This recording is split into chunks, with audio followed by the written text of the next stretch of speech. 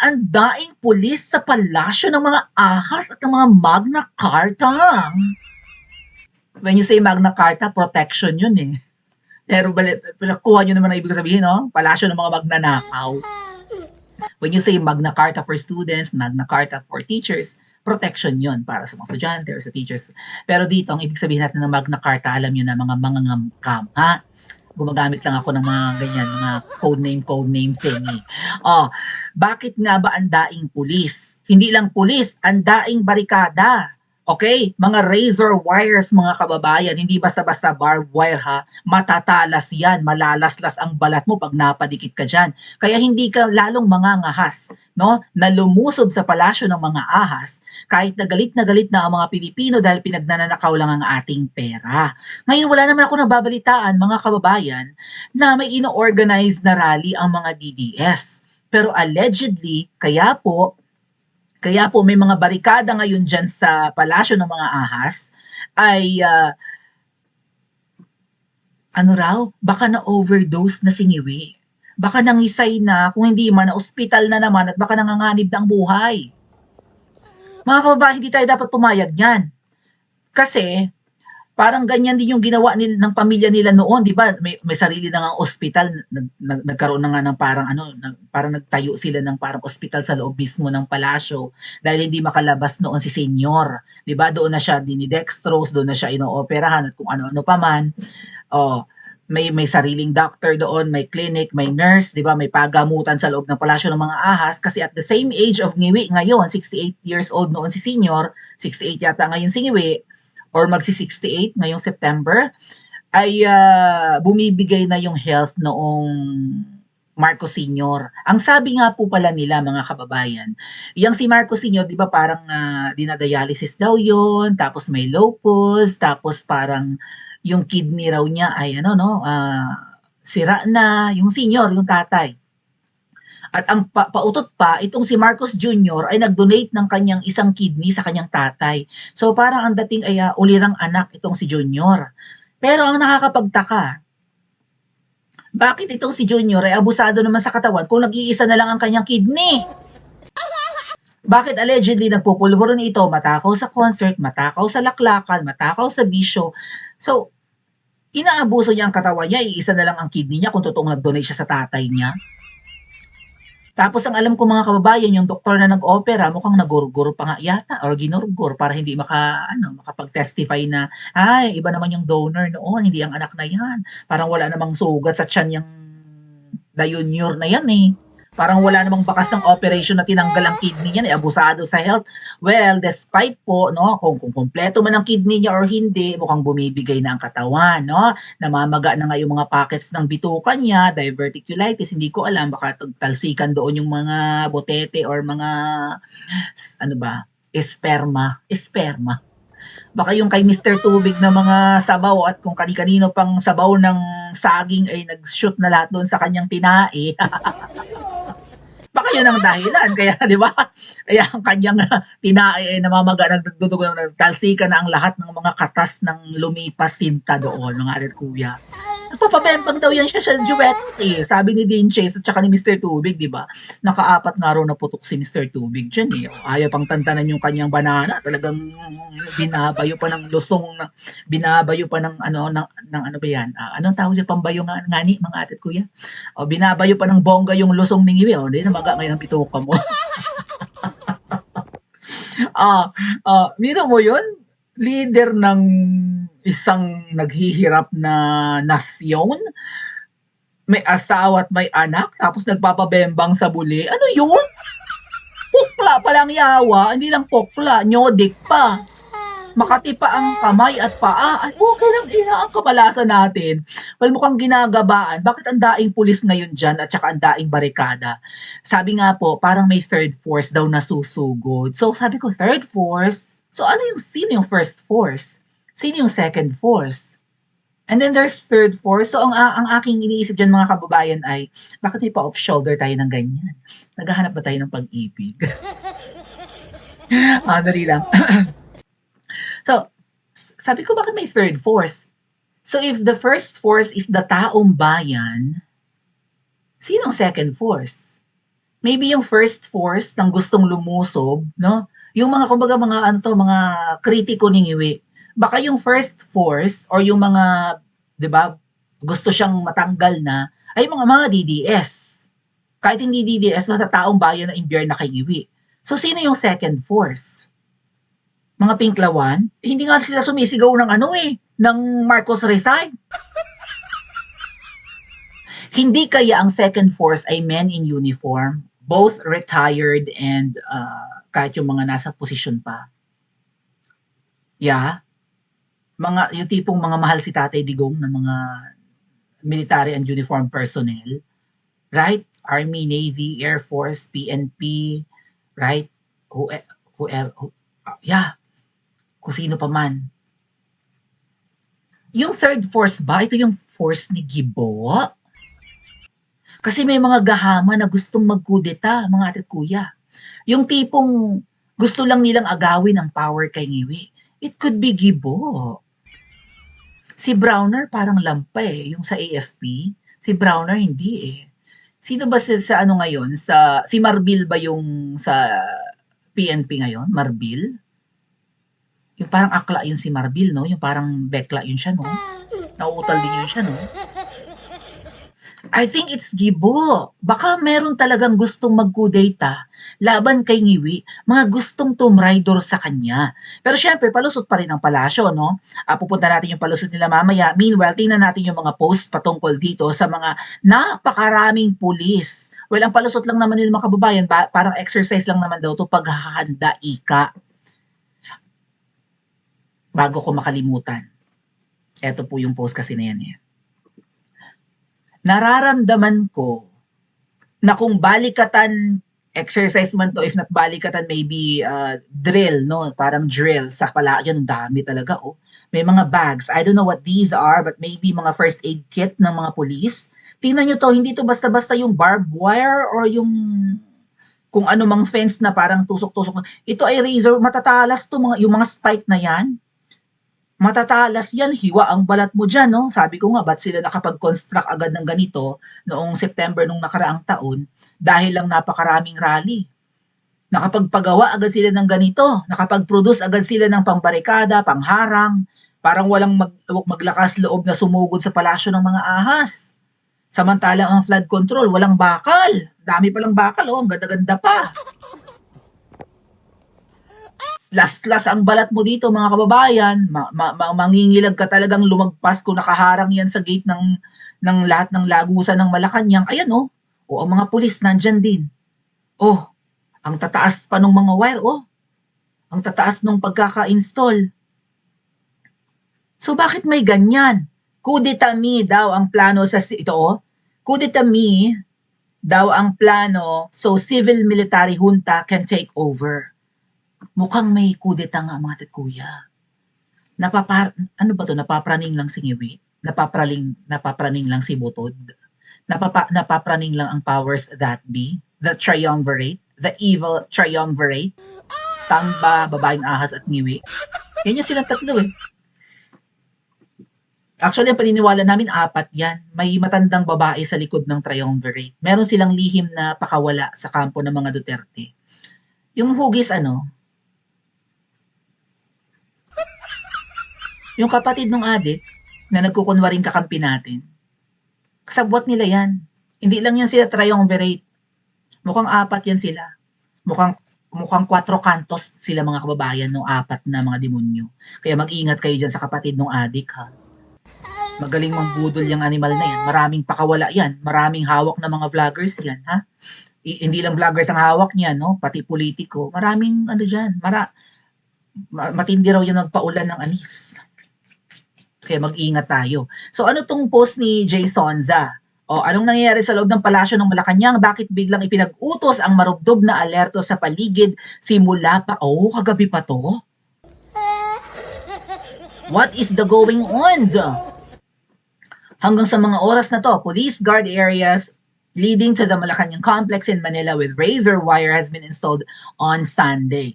Amid heightened security, Nicanor, Padilla, Mendiola, and Arlegui streets are currently closed to vehicular traffic. So, apaka-tight ng security, hindi malulusob. Sandali, baka mamaya,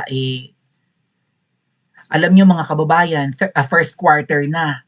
Kung naaalala niyo nung nakaraang taon, unang quarter pa lang ng taon, unang 3 buwan pa lang ng taon, pahubas na ang pera ng taong bayan. 'Di ba ang budget natin nung nakaraang taon 6 trillion, tapos ngayon mahigit 6 trillion naman. Hindi pa nag-e-eleksyon nung nakaraang taon, 80% na raw ng budget ng Pilipinas ang nanakaw. Para nga dun sa mga flood control siguro, and then pang pondo ng mga politiko at mga buhaya na tatakbo nga nung nakaraang Mayo na election. So first quarter pa lang, 80% na ng pera ng Pilipinas ang nanakaw. What if, kaya nakabarikada yan, baka mali-maleta na naman ang dineliver sa Aguado Mansion at dyan sa Palasyo ng mga Ahas. At para hindi mabuking, baka mamaya may, 'di ba, katulad yan, lumabas yung 18 Marines What if may magchuchu na naman, 'di ba? Baka mamaya, kaya siguro sila napapraning. Baka may magtimbre na naman na, may delivery na naman ngayon, subukan yung lusubin. Mali-maleta ang pera. Ang pan-deliver hindi lang truck, hindi lang van, hindi lang kotse, kundi truck, armored van pa. Deliver na doon, ika. Pwede, no? Or maybe, nag-iingat sila sa possible military junta. Or, baka nga singiwi ay na-overdose na mga kababayan. And kaya siguro sila naglalagay ng barricade, baka magwala ang mga Pilipino kung may masama nang nangyari kay Ngiwi, ano nakalagay sa batas natin. Pag hindi na kaya ng leader ang mamuno, say siya ay imbalido, no?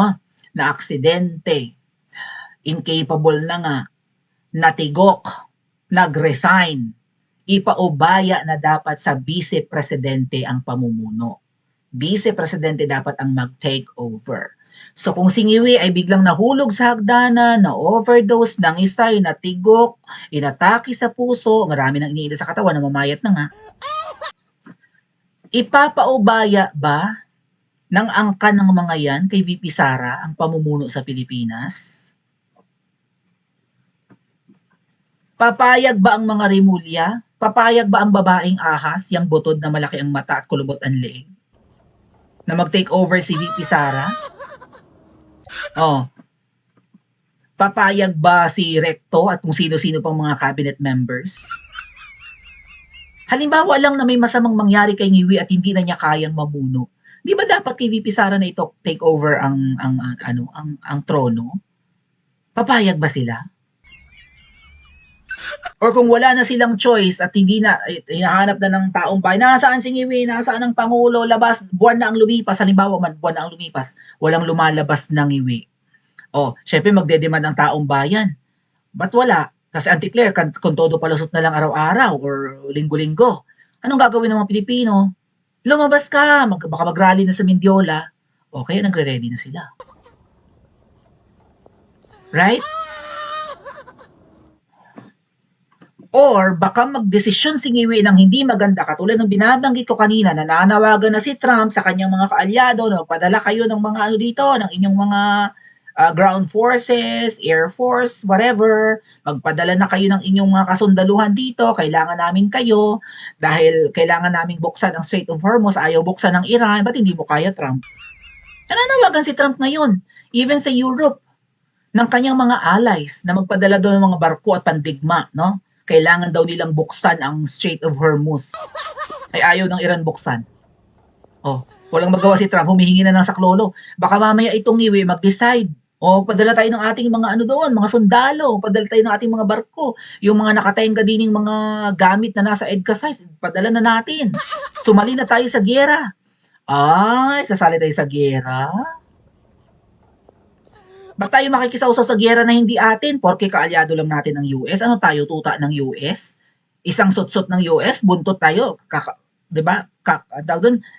Kakawag-kawag ang buntot natin. Tuta tayo ng US. Baka kung si Ngiwi ay diba? Halimbawa nga okay siya.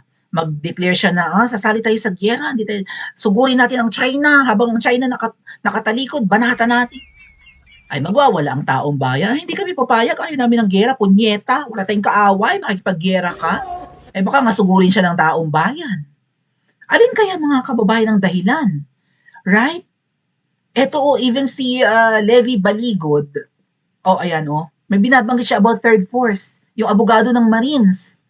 Double time ngayon ang Kumi. Ano kaya yung Kumi, no? Kumi plotters na third force. May alam si Attorney Levi Baligod. Sila yung 41 katao na makasarili at protectors ng mga magnanakaw. Ang dami talaga mga kuya, ang daming mga razor wires, tingnan nyo yan. Ang mga pulis naka-deploy libo. Ang dami. Tingnan nyo. Ang tatalas niyan, pati sa Ayala Bridge yung mga pulis na yon, patawid ng Mendiola, from Mendiola patawid ng Malacanang compound. Ang dami. At ang sabi, Kumi plotters na third force. I'm confused. Hindi kaya magdrama ang Ngiwi administration at eme-eme na may magkukudeta, pero ang gagawin nila ay parang turnover. Pwede kayang ganun mga tatkuya? Like, ipapaubaya na nila kay Gibo, halimbawa, ang pamumuno, or sa mga militar at men in uniform na hawak nila sa liig. Tapos Ngiwi, graceful exit. Like, Ngiwi, tatakas ng Pilipinas. Say, pupunta ng Dubai or UK, kung saan man nakatenga yung kanilang mga ninakaw, maybe mapupunta ng New York, very New York ang asawa. Kunwarian na may kudeta, pero ang totoo, lalayas na Ngiwi. Ayaw na niya, marami na siyang nakamkam, bahala kayo dyan. Pero siguro may kondisyon. Halimbawa, kung si Gibo nga yung nasa third force na binabanggit, ayan may binanggit. Naku, si Attorney Levi Baligod pabaga, abogado yan, mukhang may reliable source, no? What if drama ito? Kasi ang palusot ng Malacanang, lang yan, practice lang, nagre-ready lang naman para sa mga possible scenarios, kuning-kuning. Ito yan Palace Press Officer Clarita Taratara confirmed that the Malacanang Palace is currently under heightened security. So hindi fake news mga kababayan. I very rarely I don't promote fake news anyway dito sa channel natin. Castro clarified that this is part of a security exercise, practice lang kuno, to test the operational readiness of personnel and units. Otot-otot. Kilalang sinungaling ang administrasyong ito. Baliktarin nyo lang ang sinabi, yun ang totoo. Practice lang yan. Nagre-ready lang kami kung ano man. Huwag ka, no? Sinungaling sila pathological liars, mapagtahi ng kwento at nag-iimbento, no? So lahat ng lalabas sa bibig ni Auntie Claire Taratara, even ni Ngiwi, alam natin kasi sinungalingan. So babalik ta rin lang natin. Ano to? Si Attorney Levi Baligod, yung nag-post kanina. Anong sabi? Lawyer Levito Baligod on Monday accused the government today of allegedly suppressing information. So tinatago nila ang dahilan, and warned of what he described as intensified moves by supposed coup plotters. May nagpaplano ng kudeta. Following the circulation of photos showing tightened security around Malacanang Palace. Merong third force na nagbabalak ng kudeta laban kay Ngiwi. Pero ang palagay ko dito mga kababayan, mukhang sabwatan lang din ito. Okay? Sabi nga ni Attorney Levi Baligod, 41 katao na makasarili at protectors ng mga magnanakaw. So, merong third force, binubuo sila ng 41 katao, maybe men in uniform, maybe cabinet secretaries, na mga tagapagtanggol ng magnanakaw. Sino-sino kaya nandito sa 41 katao? Nandito kaya si Gibo? Nandito kaya si Marbil? Nandito kaya si Romeo Browner ng AFP? Nandito kaya si General Torre? Sino pa? Nandito kaya ang mga Remulla? 41 daw so malamang may mga generals din. So, mga protector daw ng magnanakaw. So kung pinoprotektahan nila ang magnanakaw pero magkukunwari sila ng kudeta, ano sa palagay niyo yun? Di drama. Di keme-keme lang na nagagawa ng gulo Baka ito pa ang maging dahilan ng declaration ng martial law. Ay, magulo sa Pilipinas, mag-martial law na. Ay, may mga rally martial law. Baka ito ang kanilang way para hindi matuloy ang 2028 elections, lalo na't nag-declare si VP Sara na tatakbo in 2028. Ay, may kaguluhan, wag muna tayo mag-eleksyon, no? May mga rally, may mga protesta, may mga gustong lumusob, may gustong umagaw ng power, kuning-kuning. And maybe this is Ngiwi's way, mga atat kuya, para ipakita na siya ay matibay na leader. Kudeta kayo, kayang-kaya ko kayo. O, malay mo, kunwari, ang 41 katao, talo rin naman. O hindi rin makalusob kahit mag-kudeta. Eme-eme silang mananawagan sa taong bayan, sama kayo sa amin, ganun, mag-rally na tayo. Yung pala, mga protector naman pala ng mga magnanakaw na angkan. Mukhang drama lang, either makuha nila ang power, no? At sila na mag-take over, at si Ngiwi lalayas at ang angkan niya para safe na, lalo pat nagkakagulo ngayon, baka nga matuloy ang World War III. Ayaw sumuko ng Iran, tapos first time po ito na parang natatalo ang US. Alam niyo ang sabi ng Iran, gugurgurin daw talaga nila si Netanyahu. Kasi si Netanyahu ang, di ba, ang salarin sa lahat ng ito eh. Siya yung gustong mag-take over sa sa buong Middle East, mga kababayan, including Iran. Gustong maangkin kasi ang pananaw yata ng Israel, mga tatkuya, promised land itong West Asia or Middle East. Lupang pangako ng nasa itaas sa kanila. So, gusto nilang kamkamin, hindi lang ang UAE, hindi lang ang Saudi, Yemen, Qatar, Bahrain, pati Iran. Lahat ng mga countries in West Asia or the Middle East gustong pagharian ng Israel na pagkaliit-liit na manabansa or state. Kaya gugurgurin na lang yan si Netanyahu na yan. Tatrabahuhin ng IRGC yan. IRGC? Basta yung guard corps ng Iran, IRGC yata. Oh. Yeah. So, may kaguluhan at si Ngiwi ayaw nang mo-pressure. Baka tumakas ito, pumunta ng US, ng UK, wherever he feels safe. At kung saan niya hinakot yung mga ninakaw niya, maybe in New York, wherever, kasi feeling ng US, hindi sila kayang lusubin ng Iran, napakalayo nila, napakalawak ng Pacific eh. Pero mukhang susugurin ang California or West Coast mag-iingat po ang mga nasa West Coast na mga Pilipino at kababayan natin. Kasi gustong iparamdam ng Iran, mga kababayan, ang horror na ginagawa ng US sa bansa nila, gusto nilang iparamdam din sa US. Kasi wala pang nakakalusob sa US eh. Sa dinami-rami ng sinawsawan nilang giyera dito sa Middle East, wala pang nakapagpalipad dyan sa West Coast nila, which is kahit paano malapit-lapit, no? Kasi pagkatapos mo ng Pacific Ocean, West Coast na yan ng US, yung California and other parts. I think yung Washington din nasa West Coast.